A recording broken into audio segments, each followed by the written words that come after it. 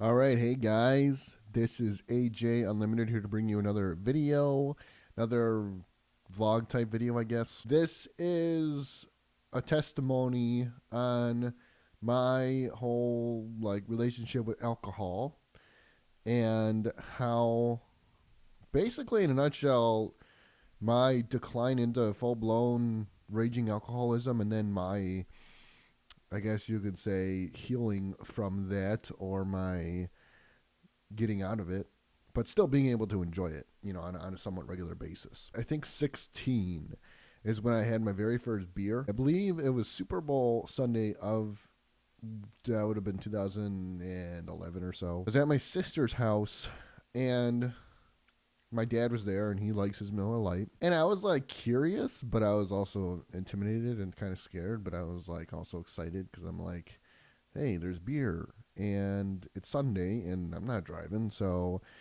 I think my dad kind of like didn't insist, but he's just like, hey, you want one? And I'm like, okay.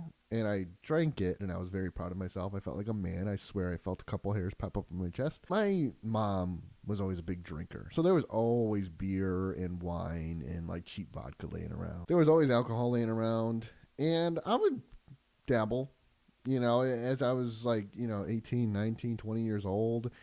I would definitely steal some of her alcohol, some of her cheap skull vodka. It was just beer, always sitting around it. Eventually, I developed a taste for it, and yeah, I would drink on like the weekends or whatever with my family. We were all, big drinkers.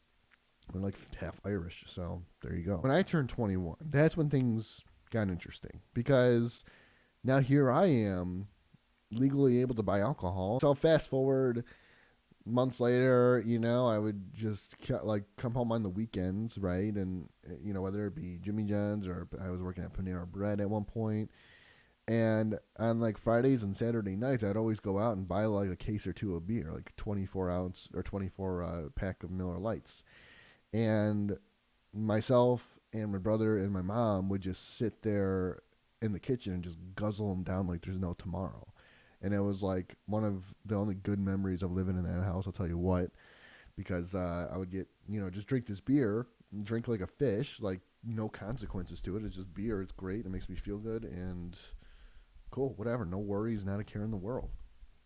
Well, that sort of indirectly created a downward spiral with my brother because we would get drunk and then start to argue about stuff, and that became very dark and ugly and chaotic. And over the course of like the next few years, right, we would just continue to butt heads, and but we were drinking together, so that was like for better or for worse, the glue that kept us together is the alcohol because it would bring us together, but then we would fight all the time. So it was kind of a blessing and a curse at the same time. Keep in mind, I was going through a lot of depression and mental health issues too. So the alcohol gave me that escape. It gave me that breather, that break. And that's when things got really messy because now I'm like there's no limit to how much alcohol I can drink, really. I had money, most of it was credit card money, credit card debt. But whatever, I had the money, I had access to it, and it was like the one thing that kept me sane throughout this whole thing. Then I discovered marijuana, started getting super crossfaded every single night, and that was like an experience for sure. That went on for a while. But the problem with that now is now I'm oversleeping every day for work. And I'm gaining a bunch of weight because alcohol makes you gain weight because it's just empty calories. Plus, it does give you like the munchies and stuff, especially when you're super crossfaded. So I gained a bunch of weight. It started to become really, really dark. Like the fun aspect started to really fade away, and eventually it just became this demon that was just sucking me dry of every last bit of my soul. And it happened slowly, and I didn't really notice it. And I didn't want to admit it. There was a lot of denial, and whatever. When your brain is just that scrambled, you're not even thinking straight anyway, so it don't matter. You're just drinking because it makes you happy, and that's the only thing that makes you happy. So you just don't give a shit, whatever. And then I would like just again go to work, and like my hygiene wasn't the best. I'd probably just smell like bo and booze, and people knew it, but I didn't want to admit to myself that they knew it. I was just like, yeah, whatever. No one's paying attention to me. Everybody drinks, right? I'm not like a coffee drinker, and I don't shower in the morning. Usually I shower at night. So I'd wake up throw on whatever clothes were just there, and I'd go to work, and I'd like be sweating a lot because I'd have to go to, at the time, Panera Bread, and like I was the truck guy. What they call us, the truck guy, where you go in and do a bunch of, you put a bunch of, lift a bunch of heavy boxes and put stuff away. I would be sweating, and I would be just, and just like you could just smell it off of me, and I would literally be like burping and have an aftertaste of like champagne or beer come up, and like sometimes a lot of heartburn or what have you would occur. And no one really would say anything to me, but they would kind of like, I don't know, just comment every once in a while, like jokingly or just sarcastically about like me being an alcoholic. But I never took any of it seriously. To me, it was just normal. It was almost like the rebellious stage, where it's like, yeah, I'm drinking and it makes me feel good, and fuck everybody else who thinks otherwise. Like, it was just kind of like that, like you do drugs just because society tells you not to. You get that rush. I'd go out with coworkers from whatever job I was at and just get totally effed up because, again, I didn't have a care in the world. I didn't know any better, and I was kind of like a caricature, right? So I'd like kind of get super wasted on purpose for the entertainment of others because it'd make me look stupid, but they would be getting a kick out of it, and I was just enjoying making people laugh. It didn't matter why or how. It was just, yeah, cool, whatever. I mean, I got sick quite a few times, or I would just like wake up in locations that I don't like. How the hell did I get here? Like, I'd wake up on my bedroom floor, or wake up even in my mom's bedroom floor, and how the hell did I get here? And that was kind of freaky. This story is probably not only the drunkest I ever got ever in my life, probably like the closest to alcohol poisoning and full on dying.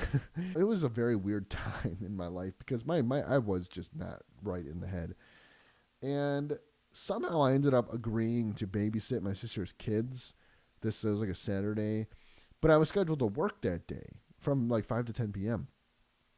And so I agreed to watch her kids, and I had to be there at like 7 p.m. that night. And I wasn't even, obviously, like I don't know how I expected to, I don't know what I was thinking. But so the night before that, I was just thinking about my work. Like, oh, I don't have to be there till 5. I can drink as much as I want and wake up and just sleep it off and get there at 5. I stole some of my mom's vodka, which was, it was like a brand new bottle of vodka, shitty vodka. And she always had like lemonade in the fridge, like sugar-free lemonade. What you're normally supposed to do when you drink alcohol, especially like a mixed drink like vodka lemonade, you're supposed to take like a, whatever glass, fill it up, count to 3, fill it up like a third of the way or so, and then the rest is the mixer, the lemonade. Well, I was doing it the opposite that night because I wanted to get as fucked up as possible. So I would fill the glass up like 3/4 of the way with vodka and then just like a little bit of the lemonade. And I did that probably like at least 2 or 3 times, maybe more. And I was so drunk, so wasted. And I was actually called my buddy up that night. We were talking, and I couldn't even hardly speak, but he was just listening, whatever. That's what we do. We listen to each other. And he could definitely tell that I was just not okay, And I remember like laying down in my bed. I don't know what time it was. Pretty late, or early, depending on how you look at it. But I was like on the phone with him, and I was just like laying in my bed, like everything is spinning around me. I was just like totally plastered. And I remember on the phone out loud, I said, God, just take me now. Just take me. Like, I didn't even care. It was definitely one of those moments where it got very dark, and I paid for that for sure because I don't even remember like the phone call ending. I don't remember any of that. I don't remember how much vodka I actually drank. All I know is that the bottle was gone by the time I woke up the next day. My mom sniffed it out and took it back, and I probably drank half that bottle easily. And I don't remember going to sleep. All I remember is waking up the next night around 9 p.m. I don't remember anything between being on the phone with my buddy and waking up at 9 p.m. the following night. So I slept like basically, I don't know, 18 hours. And like that was, I don't remember anything. I just woke up at 9 p.m. the next night to my brother waking me up saying, "What are you doing? You're supposed to be at Mary's house babysitting." And I'm like, "What? What happened?" And I'm like, I'm still out of it. I feel like I only slept like 3 hours. So I'm like, what the hell's going on? And then, like, of course, my work is texting me, calling me off the hook. Like, where are you? You're supposed to be here. And I was completely bewildered. I just like I had this like my head, my brain. It wasn't even like I don't even think I had reached hangover yet. I think I was so drunk. I was still drunk. I don't even think like the hangover didn't even kick in yet. I was still like my head was just spinning. I felt so like delirious, and I was sweating. I don't even think I bothered to take a shower. I think I just packed some clothes and went because like I was supposed to be there 2 hours ago technically. I remember driving there and I was just struggling to keep my eyes open. I was just like I could feel my head just like gung gung gung gung gung gung. So I got to my sister's house and I'm just like totally like I'm like trying to process what even happened like the last 24 hours. I haven't eaten, I haven't drank any water, I haven't showered, I don't even think I changed my clothes. I didn't do anything. I mean, there was vodka like literally coming out of like every pore of my body. It was just, oh man, it was horrible. I didn't get any sleep that night. I tried. I was tossing and turning, but my anxiety, my blood pressure was probably through the freaking roof. I was like physically shaking and just like I don't know what to do. I don't know what to do. I felt like I was being electrocuted. It was just like the most disgusting, uncomfortable feeling, and just like the shame, the guilt, like just everything it was just all hitting me at one time. Like everything, physical, mental, emotional, everything was just like, I mean, I was just in the freaking twilight zone. I tried sleeping on the couch, and sure enough, my other niece Vivian and her brother Everett, like, kind of came up to, nudged me, and they were like, "What are you doing? Wake up, wake up!" And like, I think she even said, "You stink." And I was like, "You stink," just trying to, because she's a kid, she doesn't know. And I was just like that whole day, I was just like miserable. All I wanted to do was go back to sleep. And I texted my manager at Panera. I'm like, "Do I still have a job?" I told him I was sick. I said I was sick. Wasn't even coherent the whole day. Do I still have a job? He's like, "Yeah, you still have a job, but like, you're gonna get written up for that or whatever." Now I'm working where I work now. And, I started that job as a full-blown raging alcoholic. I was still dealing with a lot of depression and anxiety and, like, even PTSD. And, I started this new job. I'm a nervous wreck because this job isn't going to work out if I'm just such a mess. But I was like, I didn't want to give up drinking because that's, like, all I had left. It was my best friend. Alcohol was just the one thing I had left to look forward to at the end of the day. But I would go to work like every day with like this, like just, I don't know, it wasn't necessarily the shakes, but I was definitely like full on anxiety. I would be like super jumpy and like spazzing out, like, doing that. And I don't know how nobody ever noticed. Nobody ever really said anything. I just kind of kept going. It got to the point where I was drinking just to drink. Like, I wasn't even really enjoying it anymore. I was just like, I don't want to give up alcohol. I refuse to give up alcohol. I'm going to fight for this. One thing led to another, and eventually I just hit that brick wall where I'm like, okay, I'm just, you know what? I'm so sick of this. And eventually I couldn't even, like, get drunk anymore. Like, I'd be at my mom's on, like, 4th of July, like, guzzling down beers, just trying so hard to get drunk, and it just wasn't working. Eventually, I discovered that I had very high blood pressure, and so the doctor like gave me that ultimatum. He's like, you got to stop drinking, or whatever, and get some exercise, right? Which are like two things the last two things I wanted to hear was stop drinking and start exercising. It's like, no, God, please, no. I was still reluctant, hesitant, still like I don't want to give up drinking, whatever. And eventually, I just hit that brick wall where I was like, okay, you know what? Let's just stop drinking like during the week, right? During the general work week, I'll stop drinking. But I was still getting pretty messed up on the weekends. So eventually I just had to cut it out completely for like, I don't know, 5-6 weeks or so, something like that. And I got like healthier, I was put on this like blood pressure medication, and I started exercising a little bit, 2 or 3 days per week, nothing crazy, just like walking for 20-25 minutes. And my blood pressure went down and I was doing really good.